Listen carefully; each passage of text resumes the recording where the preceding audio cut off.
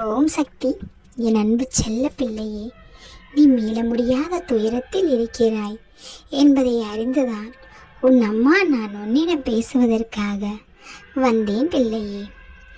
என் பிள்ளை, நீ ஒவ்வொரு நாளும் உன் துன்பத்திற்கு காரணம் என்று எதுவுமே இல்லையா? அதற்கு காரணம் என்னவென்று தெரிந்துவிட்டால் நானும் நிம்மதியாக இருப்பேனே. நான் வாடுகின்ற போதெல்லாம் என் அம்மாவைத்தான் தேடுகிறேன். தேடும் பொழுதெல்லாம் என் அம்மா என் அருகில் வந்து இருப்பது போல எனக்கு தெரிகிறது. அதனால்தான் என் அம்மா மடியில் படுப்பது போல நான் உணர்ந்து கொண்டிருக்கின்றேன். என் அம்மா எனக்கு துன்பத்தை கொடுத்தாலும் என் அம்மாவை நான் வணங்குவதற்காக ஒரு நொடி கூட யோசித்ததில்லை என்று நீ சொல்வதை அறிந்துதான் உன்னிடம் என்று பேசிவிடலாம் என்று வந்துவிட்டேன் பிள்ளையே. உன் அம்மா நான் என்னை இருக நீ பற்றி கொண்டாய் என்று எனக்கு தெரியும். என் பிள்ளை, என் மீது அளவு கடந்த பாசத்தை கொட்டி வைத்திருக்கிறாய் என்பதை நான் அறிந்துதான் என் பிள்ளையிடம் பாசமாக பேசுவதற்காக வந்தேன். மீள முடியாத துயரத்தில் நீ இருந்தாலும் உடைய துயரத்திற்கு காரணம் என்னவென்று தெரியாமல் ஒவ்வொருவரிடமும் ஓடி ஓடி சென்று கேட்டுக்கொண்டிருக்கின்றாய். என் வாழ்க்கையில் துயரம் எப்பொழுது நீங்கும்? என் வாழ்க்கையில் வசந்தம் என்பது எப்பொழுது வரும்? நான் அதற்கு என்ன பரிகாரம் செய்ய வேண்டும்? என்ன கோவில் செல்ல வேண்டும்? யாருக்கு என்ன தானம் செய்ய வேண்டும் என்று கேட்டு கேட்டு செய்து கொண்டிருக்கின்றாய். அத்தனையும் செய்தும் உன் வாழ்க்கையில் துயரங்கள் உன்னை சூழ்ந்து கொண்டுதான் இருக்கின்றது. துயரங்கள் என்பது உன்னை விட்டு செல்லவில்லை என்று நீ நினைக்கிறாய். ஆனால் உன் வாழ்க்கையில் இதுவரை நடந்ததை எல்லாம் நீ யோசித்துப்பார், உனக்கு புரியும். முன்பு எவ்வளவோ கஷ்டப்பட்டிருப்பாய். அந்த கஷ்டத்தை நான் குறைத்து கொண்டுதான் வருகின்றேன். நீ என்னை எப்பொழுதுமே வணங்கி கொண்டிருக்கின்றாய். என் பாதத்தை பற்றி கொண்டாய்.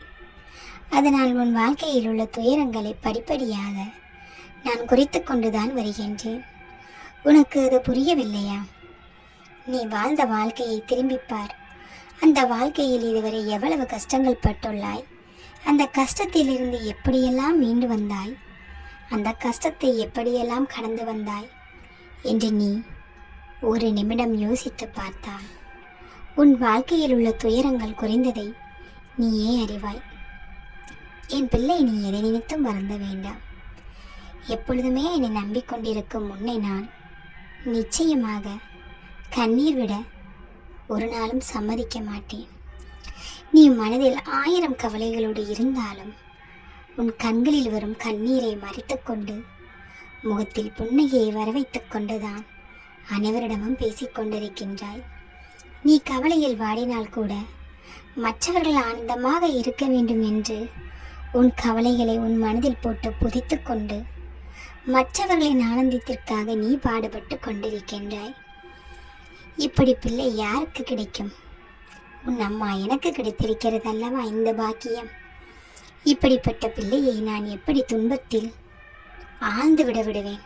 நிச்சயமாக விடமாட்டேன். உன்னை சந்தோஷம் என்ற கரைக்கு கண்டிப்பாக அழைத்துச் செல்வேன். அன்று நீ சந்தோஷத்தை காண்பாய் தங்கமே. எதை நினைத்தும் வருந்தாதே பிள்ளையே. உன் கூடவே உன் அருகில் உன் அம்மா நான் இருக்கிறேன். உன்னை தூக்கி விடுவேன். உன்னை உயரமான வழிக்கு நான் கொண்டு செல்வேன். உன்னை யார் என்ன சொன்னாலும் சரி, அதை நீ கண்டுகொள்ளாமல் தைரியமாகத்தான் இப்போது வரை நடந்து கொண்டிருக்கின்றாய். நீ சரியில்லை என்று சொன்னாலும், உன் குணங்கள் சரியில்லை என்று சொன்னாலும் அதை நீ காதில் வாங்கி கொள்ளாமல் நல்லதை மட்டும்தான் செய்து கொண்டிருக்கின்றாய். சிலர் இவள் என்ன நல்லது செய்தாலும் இவர்கள் வாழ்க்கையில் என்னத்தை கண்டார்கள்? ஓடி ஓடி நல்லதை செய்கிறார்கள், ஆனால் உயரமான வாழ்க்கை இல்லையே என்று உன்னை பின்னால் பேசுகிறார்கள் என்று வருந்த மாட்டாய்.